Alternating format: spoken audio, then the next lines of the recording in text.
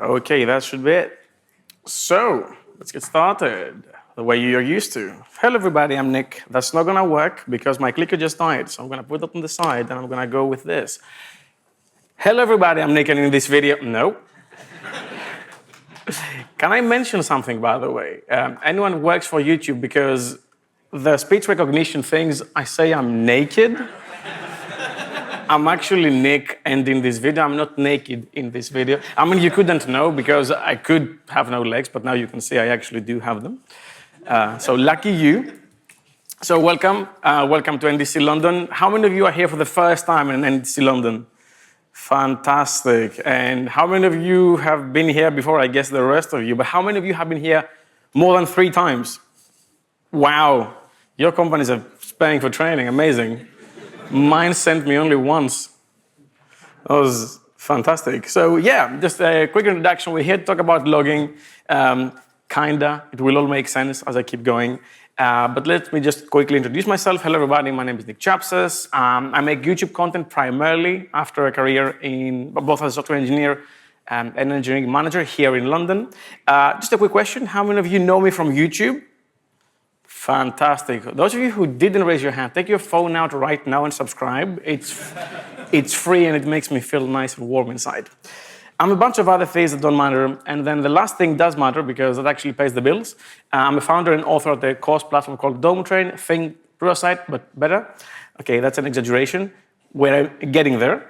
And yeah, that's about it. Enough with the sellout stuff. Let's go straight into the talk. And I want to talk about the title of the talk a bit, because really, like, you are doing logging wrong, let's fix it. How do I know you're doing logging wrong? And the truth is, I actually don't. And for some of you, this talk will be validation that what you're doing right already is the right thing. But for many of you, actually, you'll see that, yeah, you are doing something wrong. And I want to go a bit back into why I titled this talk the way I did. Because a few years ago at this point, or months ago, I was in a different conference, and Rachel Apple, who works for JetBrains, had this keynote about deceptive patterns and trying to get you to click into things and trying to advertise things to you and sell things to you. And as she was talking about clickbait, I thought her monitor will go like this. Now, what I'm trying to say is that I'm not really clickbait. Okay, maybe I am clickbaiting, but I'm also really pushing it because in order to get engagement and get a full room like this, you need to thread a fine line between delivering on your promise, but your promise not to be too exaggerated. But one thing you have to know about clickbait is that it actually works. So don't hate the player, hate the game. So with all that out of the way, let's go in a separate tangent, because before I tell you about logging, I have to tell you about people saying that you don't really need logging. And yeah, they do exist, and they also do have very valid reasons. I don't know if the talk of this individual has happened or not already. Maybe it is later, and I do highly recommend you go to his talk. But I'm talking about an individual called Martin Twaits. Any of you know Martin? Yeah, fantastic speaker, very much into observability. So you can see the parallel, logging, tracing, metrics, and so on. Now, Martin is very much an advocate, and he has pulled that a bit back, but he was very much an advocate about you don't need logging at all. Do everything with traces, do everything with spans, do everything with but don't do logging. Logging is only good for audit stuff. Now, I went and background checked Martin. Turns out he works for this company called Honeycomb, which is an observability company selling you storage and visualization for spans and traces. So how convenient that Martin is trying to sell you on a dream that ironically makes him money.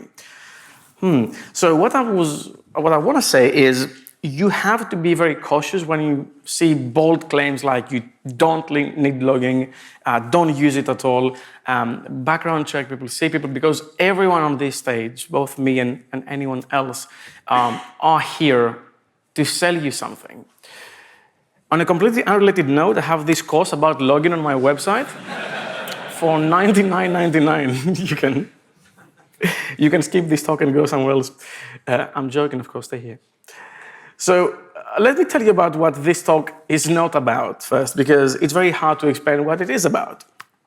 So this talk is not about any of the following services. And I want you to raise your hand if you know of these services, or ideally, if you have used or are using actively those services. The first one is Logly. Okay, that's a usual one. Sec, the Serilog guys made Sec. Well, I see more hands here. How about CloudWatch? AWS CloudWatch? More hands, nice. How about Microsoft Application Insights? Yeah, you sellouts. Everyone's using Azure, isn't it? And then Datadog. Wow, you guys are rich. You know how expensive that is? You guys are working on a startup or something?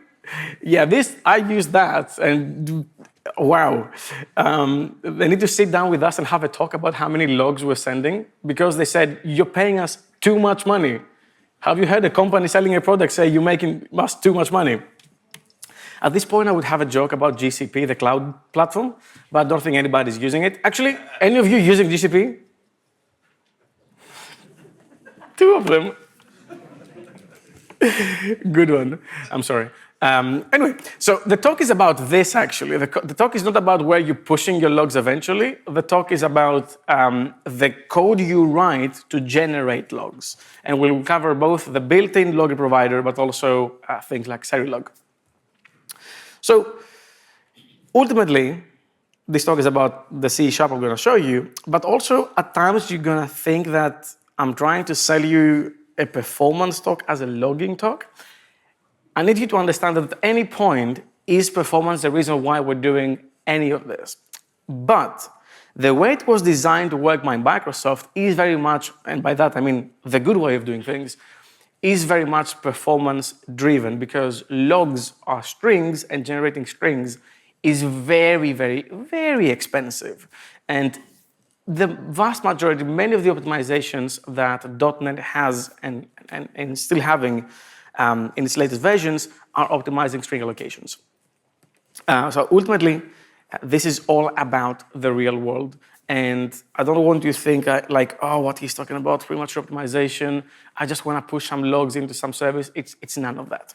So I want to start this off the right way. And by that, I mean, I want to ask you a question. What is this? More specifically, what is this supposed to represent? You can just shout, it's fine. Is it a string? A string. What is supposed to represent? Sorry? It's working. Is it like the message? Information. So Microsoft says that this parameter is supposed to represent the message. The message. But it's actually not. It's the message template. So let's establish this talk's theme, because I like themes. And in this talk, I have the theme of Nick's 8 logging rules. And the rule number 1 that you need to understand is that the message is actually the message template, and it shall be treated as such. Everything in this talk is around this idea. So what I want to do is I want you to raise your hand if when you're logging, you're doing any of the following. And by the way, this is not a trick question. I just need to understand and have you more engaged on this talk. I know it's very raise your hand heavy, so if you get tired, use the other one. So anyone using string interpolation for logging? Okay, nice. How about string concatenation? Now, that's a bit of a more old school thing because interpolation sort of replaces concatenation, but very good one. How about the string formatting, but with the indexed approach, not the named approach? Cool. So all of these are bad. This was a trap question, so I am not to be trusted for the rest of this talk. But this is not to shame anybody because those are mistakes I've done as well. And you see them in tons and tons of code bases. And they are not really a problem until you actually need to get some useful information out of your logs, and then they do become a problem. So let's talk about string interpolation and why it is really, really bad. And if you're using it in both the built-in provider, but also Serilog, don't. And in fact, Serilog is way better at advertising why you shouldn't be doing that. So let's have the following. Now in C#, if you want to have a string, you have a string like this. var message, user nick Chapsas just turned 30. This talk was written months ago. I didn't just turn 30. I'm almost 31 at this point. Oh my God. I'm getting old. Anyway. If you want to parameterize that string, you have something like this, where you say user, and then you pass down the name, and then you pass down the age. And at this point, we had other techniques as well, but some people don't know because they weren't that functional or useful. For example, you can use string.concat to achieve the exact same thing. You pass down the parameters as strings, and then they're concatenated. Hence why I have a toString on that age parameter over there. String.concat will not accept any object, only strings. Then you have string.format, and that is the indexed format approach, where you say that in position 0, I put the first parameter that I have after the string, which is name in this case, and then age, and then eventually in C# 6 or 7, I think, we got string concatenation, where you just put a $sign at the beginning, and then you have these curly braces, and you have name and age, and it looks fantastic. It's way shorter, way easier to read, and I hope we are all using this to bring strings together in C#. Now, one thing you have to know about C# and how the features were added, especially after like C# 1 or 2, all the way until 10 and 9, is that C# and the compiler team were very, very cautious on how features were added.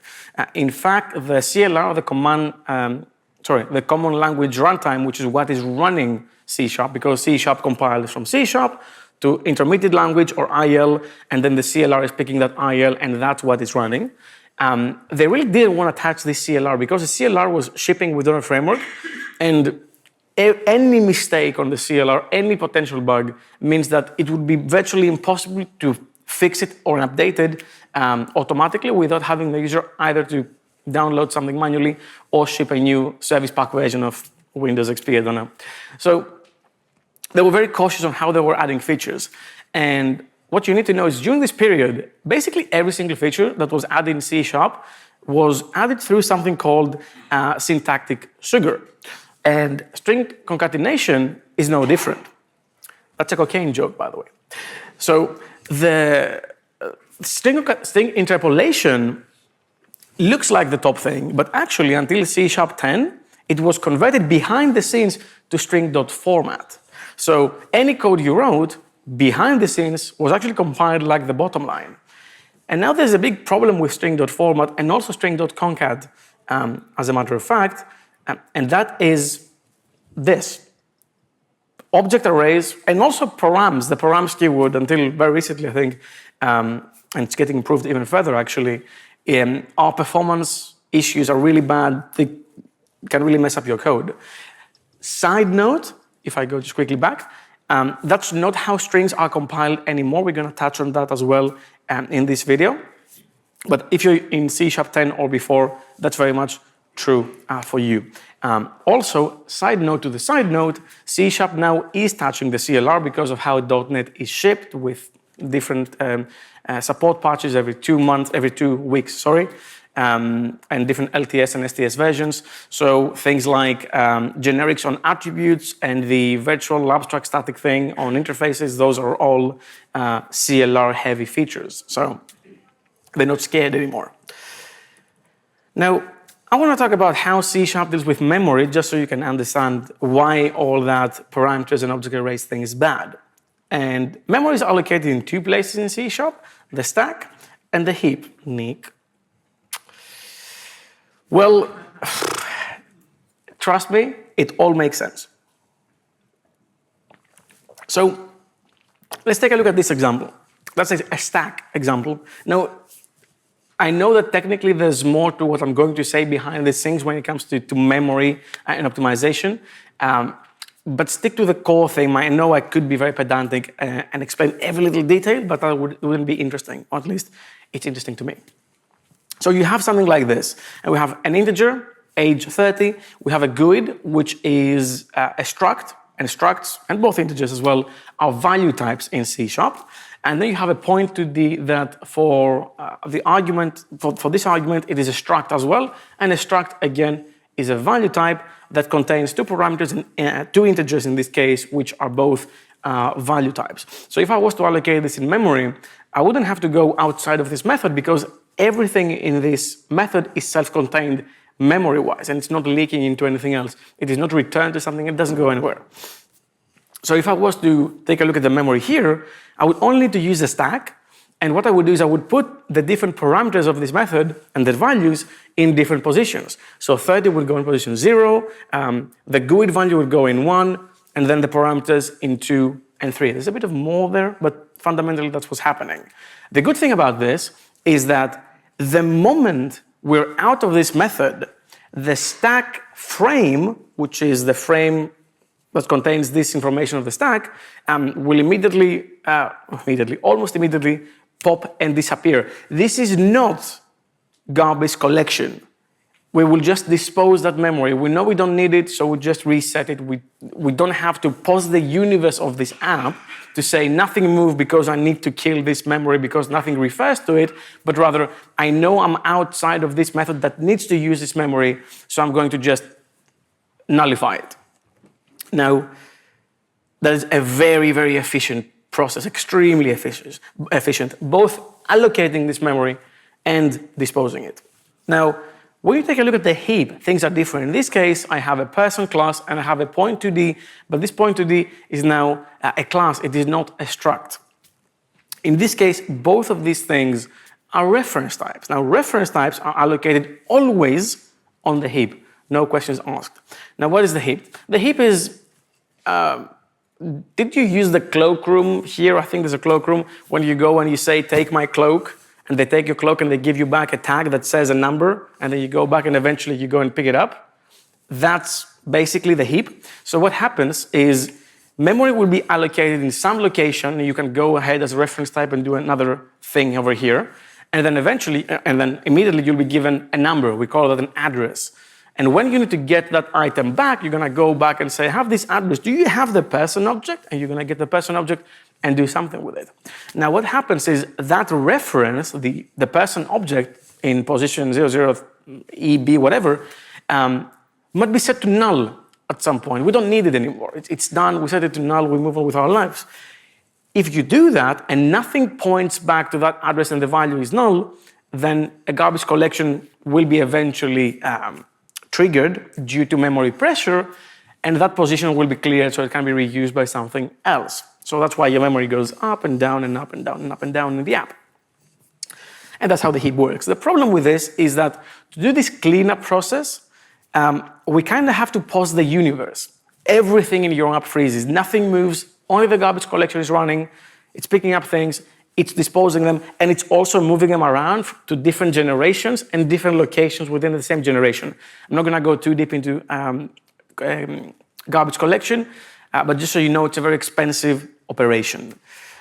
So how does C# deal with memory? Again, stack and heap. The stack value types can be allocated there. They're not always allocated there, but they can be allocated there. Local variables and parameters will be allocated there. Then the stack is very, very fast, extremely efficient. Ideally, if you can allocate everything on the stack, you can. Side note, you can't allocate massive amounts of data on the stack because the stack has a limit. I'm pretty sure there's a website called, anyway, I can't remember. And then, a bad thing will happen. And then you have the amazing attribute that it will automatically disappear when out of scope. You don't have to pause the app to clean it. And obviously, you can understand if you're making a game, for example, or you have a very high throughput application, and you're about to kill that guy with that shotgun, and the game freezes because you need to clean the memory, well, you bet I'll be screaming.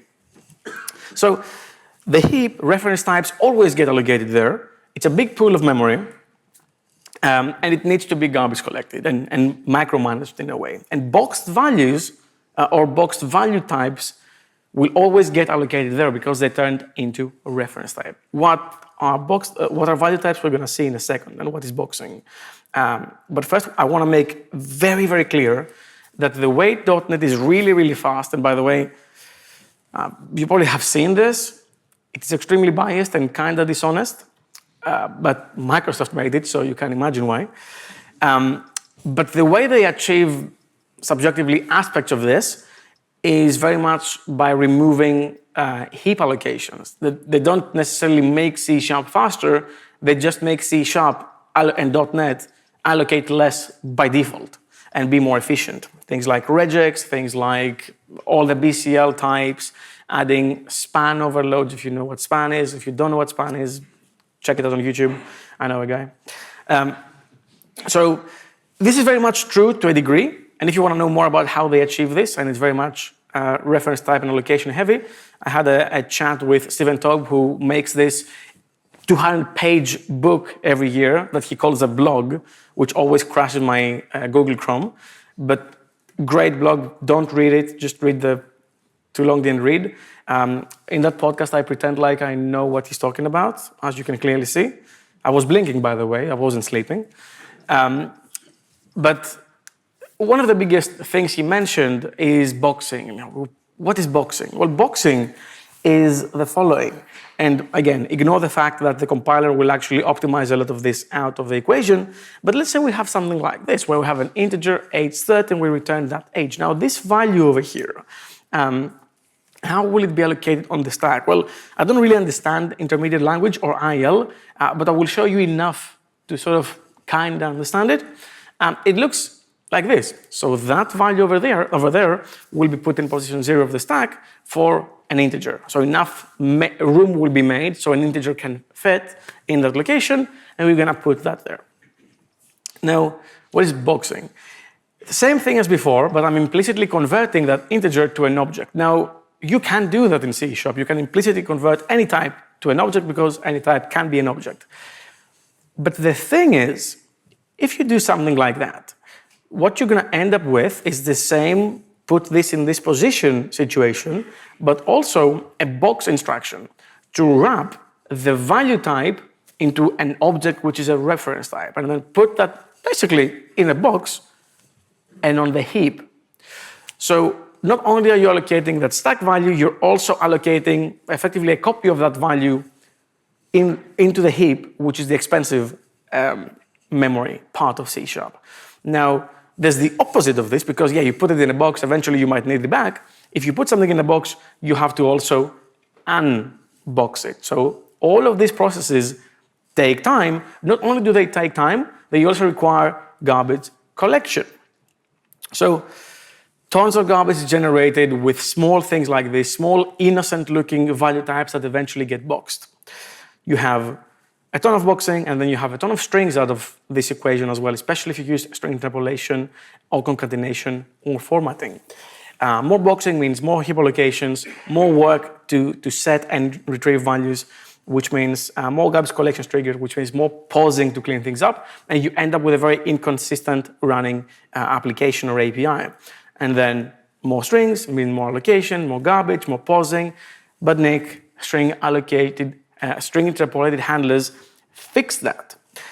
And that is kind of true. Let's take a look at what string interpolation handlers are. And I think they were introduced in C#10. So string interpolated handlers or interpolation handlers do the following. Remember, this would be turned into a string format behind the scenes. Well, C# is like, we can't have that because that is boxing a ton and is generating a ton of memory for every string in this application. So people that used string interpolation end up with inefficient code. So how do we fix that? Well, you fix it by writing tons of code behind the scenes, tons of optimized code behind the scenes on the behalf of the developer. So this is still lowering, but instead of going to string.format, you go to a default interpolated string handler with a very specific size of string literals, 19 string characters, and then 2 represents the parameters, which is the name as a string and the age as a number or an integer. Now, what is the benefit of this? Well, you might be able to see it over on the, not the last line, the line above the last line. The append formatted for the integer is using a generic integer value. Generics, when used, don't allow the value to be allocated, boxed. So they basically say this is an integer, take it as an integer, and use it as an integer. So it's not going to be put in a box, it's not going to go anywhere. So Microsoft is writing optimized code for us behind the scenes to prevent you from writing inefficient code. The string one doesn't matter because a string is a string is a string. It's going to be added and formatted into that parameter. But what this means is you're going to have no boxing at all, and the default interpolated string handler is a ref struct, so it's not going to be allocated on the heap 2. So you're going to prevent all the boxing, and you're also going to prevent an extra unique string per log entry, which is taking it all back to the login situation. Because let's say you're logging with string interpolation. You will still have an extra log entry is what I want to say. You prevent the boxing, but you still have an extra log entry if you use string interpolation, because you're going to generate one unique string per combination of parameters. And GUIDs are supposed to be unique, globally unique. So if you use them in a log as a string interpolated parameter, you're going to have always a unique string allocated. And I don't know how many characters this is, but think of like a byte per character, and then depending on your throughput, you're going to have so many strings allocated with every single combination. Now, if we go and visualize this, it will look something like this. All this application is doing, by the way, and I'm going to explain what you're looking at if you're like, what the hell is this? All this application is doing is it is just logging. It's just in a loop, logging.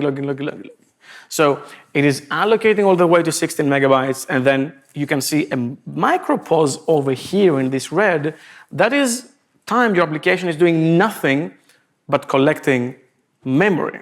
So it goes all the way up and down, all the way up and down, all the way up and down, and you can see that the only thing that's being allocated are strings because you don't have a gradual increase on anything else.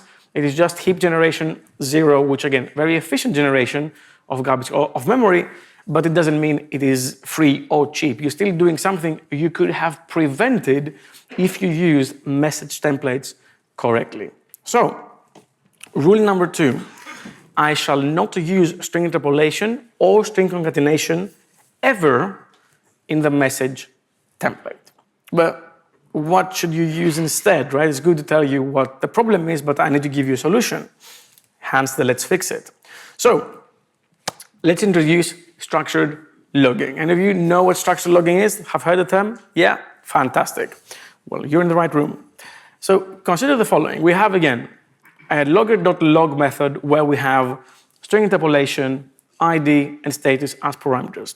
Now, I'm going to use everyone's favorite metrics and log collector in the universe, which is, of course, application insights. You sell that again. And I'm going to have something like this, which is a bunch of entries with combinations of different IDs and statuses. So when my manager comes and they say, hey, Nick, we had a big incident on Friday because we deployed to production after 5 p.m. True story. And we need to go and find all the canceled payments because they were canceled accidentally, and we need to refund some, get some information so we can refund some merchants.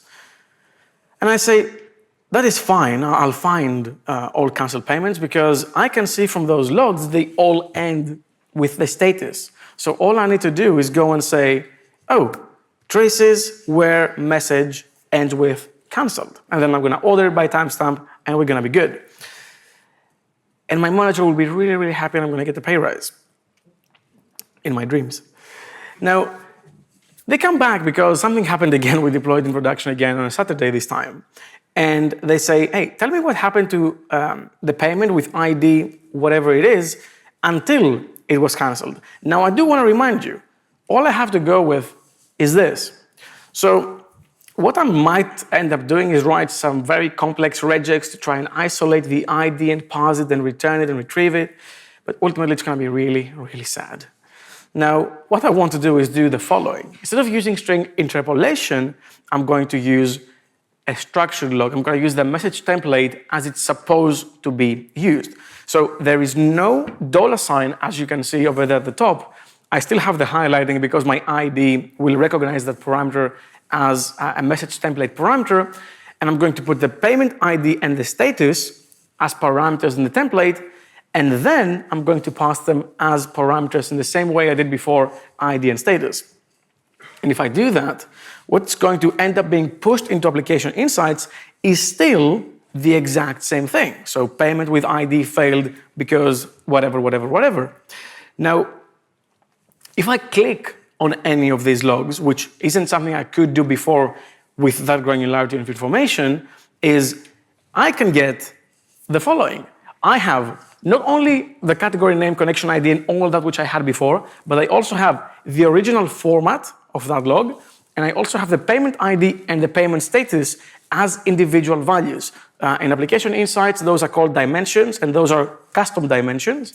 But any other login provider and log dumping ground ever has the exact same feature, which means I can now go back and say traces where custom dimensions.payment status is cancelled, and I'm going to get back all the IDs.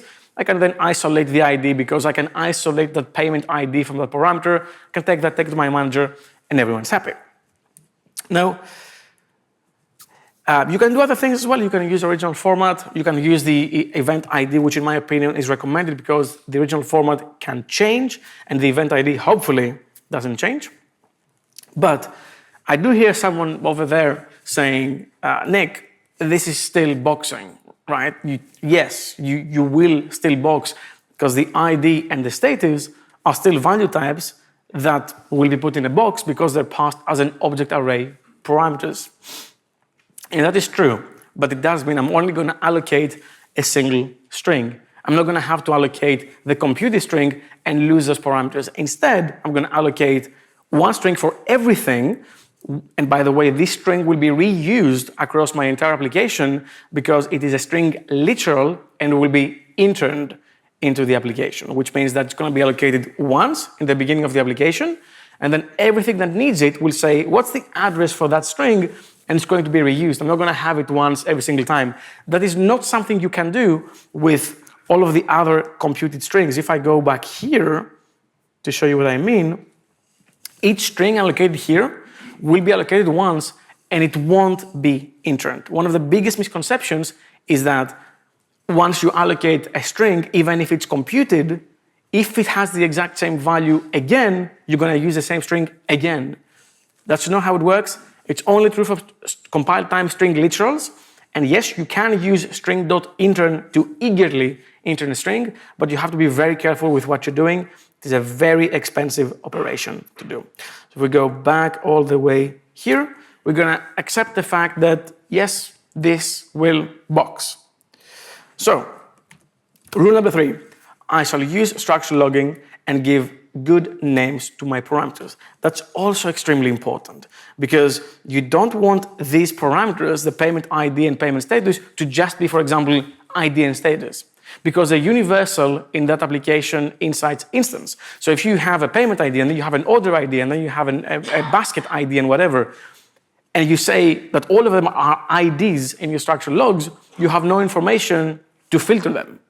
So choose a name and have that name be consistent throughout your application. And I would argue if you have a distributed system, have it be universal with your distributed system. If you need to store it somewhere globally and put it in your logs with concatenation, do it. And because it's a constant, it is not a unique string, so you won't allocate multiple times. So use good names to your parameters and have them be uniquely identifiable and global. Now, some of you, I'm sure, will say, but Nick, I'm using Serilog. In fact, how many of you are using Serilog? Yeah, fantastic. I was using Serilog until a year ago when Microsoft got their shit together with the built-in logger. But Serilog is fantastic because Serilog allows you to have this concept of sinks, which the built-in provider also has, but it has way more sinks to push your data into, so you don't have to write code for CloudWatch and this and this and this and DataDog. So yeah, so let's take a look at the 2 ways of using Serilog. First, you have the raw Serilog iLogger, where you just go iLogger, new log configuration, you load some configuration, you create a logger, and then you register that into your dependency injection container, and then you inject it and you use it. What you can also have, which is what I've seen, especially in ASP.NET Core The most preferred approach is you have the Serilog.extensions.logging package, which allows you to set the global logger, and then you can say add logging, add Serilog, and what this is doing behind the scenes is it is adding Serilog as effectively a middleware. It is registering Serilog as a provider, so you still go through the built-in logger, but you go from that to Serilog, and then from Serilog to its sinks. It is fairly inefficient because that process can be as efficient as its least efficient pipeline part, which until recently was the Microsoft logger, but it is very easy, especially if you need to wire up Serilog into an existing application. Now, Serilog was famous for popularizing the concept of structured logging or semantic logging, and also it was famous for preventing boxing from the get-go because, as you can see, all of its methods are using generics. So they didn't give you an object array of parameters. Instead, what they did is they said, okay, how many parameters can you possibly pass in there? Like 8? Sure, like if you have 9 parameters, what are you doing? But they said, okay, let's make an overload on all of our logging methods for 0 parameters, 1, 2, 3, 4, 5, all the way to 8.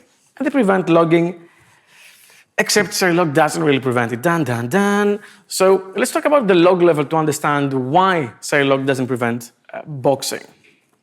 What is the log level? Well, the log level is the following.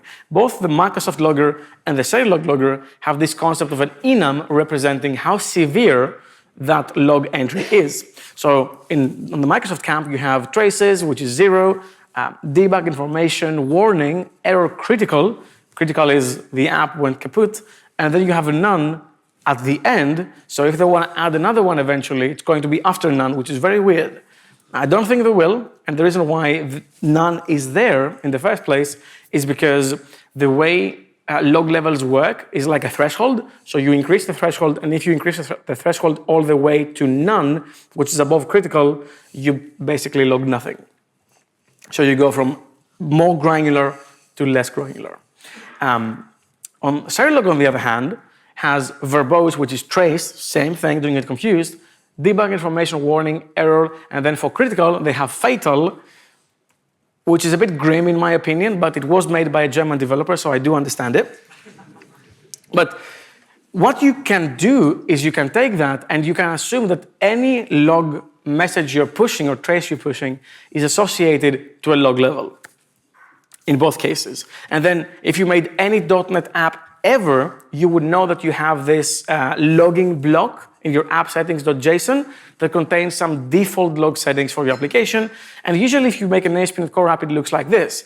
The default is information, but the Microsoft.ASP.NET Core one is warning, which, okay, let's take a look at the Microsoft logger. I'm going to go back to that point a bit later. The Microsoft logger says that, okay, you have this parameters object array at the very top, but then if the log level is not enabled, which means that the threshold is not met to allow the log to pass through. For example, if it's information and you have log debug, it can't go anywhere because it's debug and you have information as your threshold, then it is not going to allow it. It's going to return early, but you're still going to box those values because the method has that parameters object there. So yeah, you're preventing the action of pushing this somewhere, but even if the log level is not enabled, you're still gonna box those parameters. Serilog, on the other hand, has a different approach. They made all of those overloads, like I said, but instead what they chose to do is, yeah, they still have the is-enabled log level thing, and eventually, yes, they will, as you can see, box those parameters into an object array.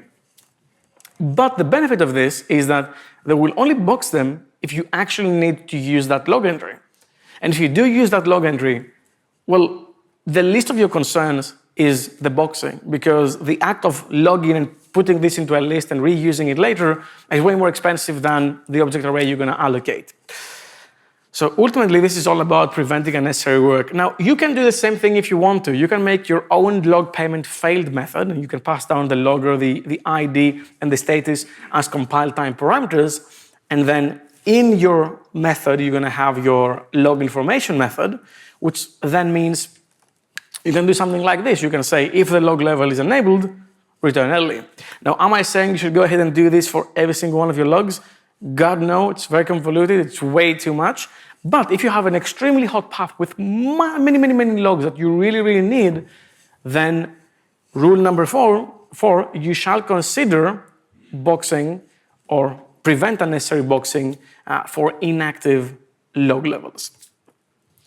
And I'm going to smooth myself into the next point because the .NET team has been really hard at work. Because they made a few .NET versions ago the logging source generator.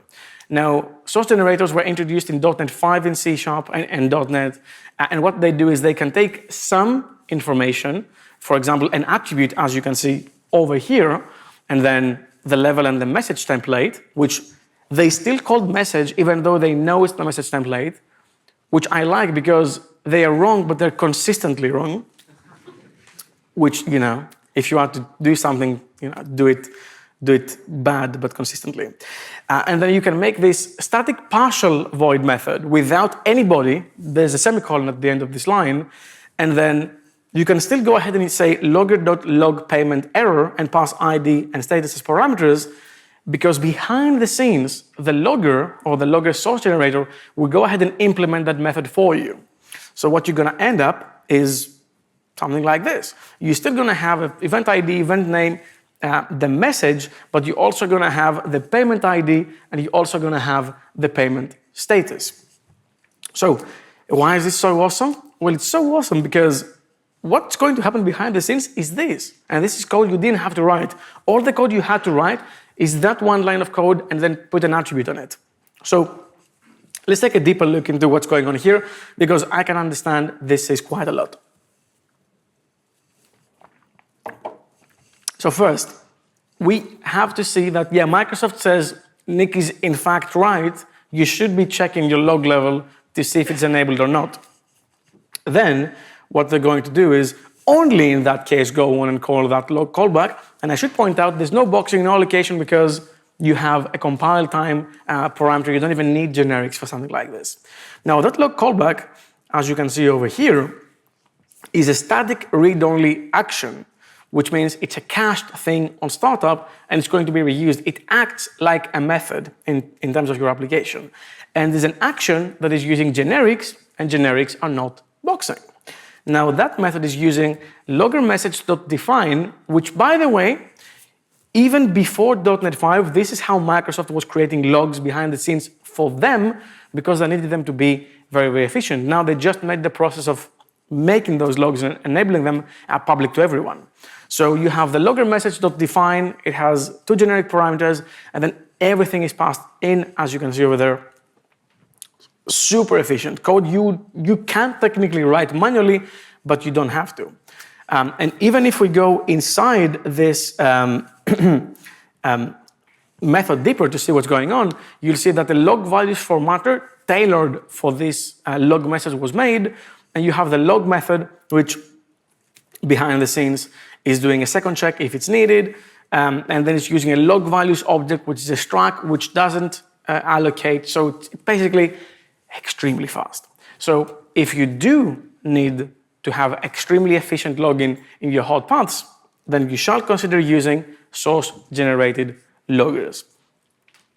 Now, side tangent as well is trying to get too clever with the tooling. Now, one of the first experiments I did when I started trying to build custom string interpolation handlers in C# was the following. I said that, okay, that's how an interpolated string is compiled into C#.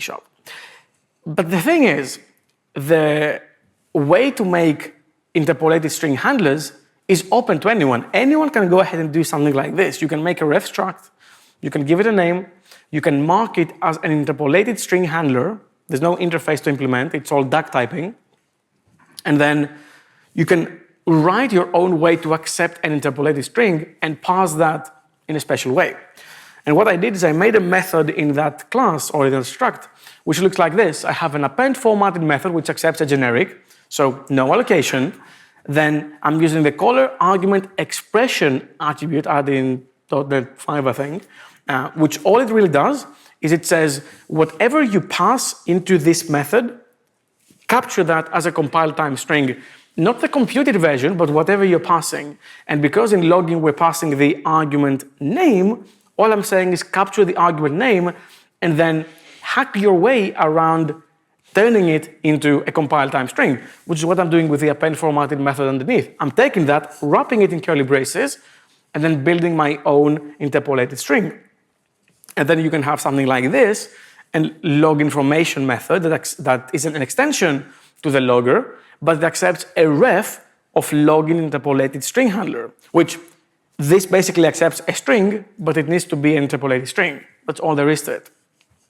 And then behind the scenes, call the logger.information, do a toString, pass the parameters as an array, and basically this will allow you to use string interpolated strings without having to do any magic, and they will take basically this, and they will turn it into logs like this. So you can see that the ID and the status are still captured, both with the name that you passed down there and the parameter that eventually is computed. Very efficient, doesn't allocate multiple times, and it does mean, well, you can have the same experience, but still use the amazing feature of string interpolation. Fantastic. Ish. The problem is that anything can go into those interpolated methods. There's no rule that says only pass a well-named argument type. If you want to put a lambda in there, you can put, if you want to put a whole method in there, you can. Which means that anything you put will be turned into a parameter name. It also implies that if you want to achieve something like that, first you need the code analyzer to prevent this type of thing, but also you need to find a way to make your argument names for things that represent the exact same thing compile time checked, which is basically impossible. So I tried that, it didn't work. Rule number 6, I shall not try to get too clever with tooling. And that rule is for me. Let's just circle back to the log level because it's extremely important, and this is where the talk is becoming a bit subjective. Until now it's objective, there's no what ifs and buts in everything you saw. Here, I can see why someone would be like, I actually don't want to follow that. And that's okay, but hear me out. So we had a look at the log level, and I mentioned that the default log level for .NET is information. Cool. But Microsoft ASP.NET Core sets it to warning by default. Why? Well, because for a single ASP.NET Core request, if you turn that logger to information, you would have this. I should point out the only thing I care about and the only thing I wrote a log for is this. Blink it, you miss it. Why is that important? Well, I mentioned that, hey, any of you use DataDog? You said yes. Now, I was using DataDog as well, and when I did my initial research to use DataDog, I saw all the features and everything, and then eventually I got to the payment page to get a plan for the capacity I needed. And it turns out they accept Visa, MasterCard, American Express, and this one, that's a kidney. It's very expensive to do login with Datadog. Amazing support, but super, super expensive. Not only that, but given that we were one of the biggest users of Datadog and one of the most high-paying ones, we had a sit-down talk with them to explain why we're paying so much. And what I'm about to tell you is very much an outcome of that chat. Now, logs are just a single tool. You shouldn't use logs for everything. In fact, you don't even have to use OpenTelemetry if you don't want to invest into that. You can use something as simple as Prometheus, Grafana, and App Metrics, and you can get something nice like this very, very easily. So, why do I say log level is important? Well, because you don't want to end up with this. Because when are you taking a look at your logs? Do you wake up in the morning and you say, it's Monday, I made my coffee, I'm going to go sit down, I'm going to take a look at my Grafana dashboard or my logs or whatever that is. No, you only take a look at your logs when something goes wrong and you need to fix it.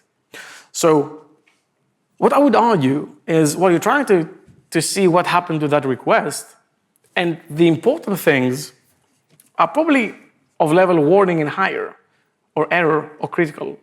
you're still going to need some information level logs to see exactly what happened. But chances are, you don't need your information logs. They just blow it. Or you don't need most of them.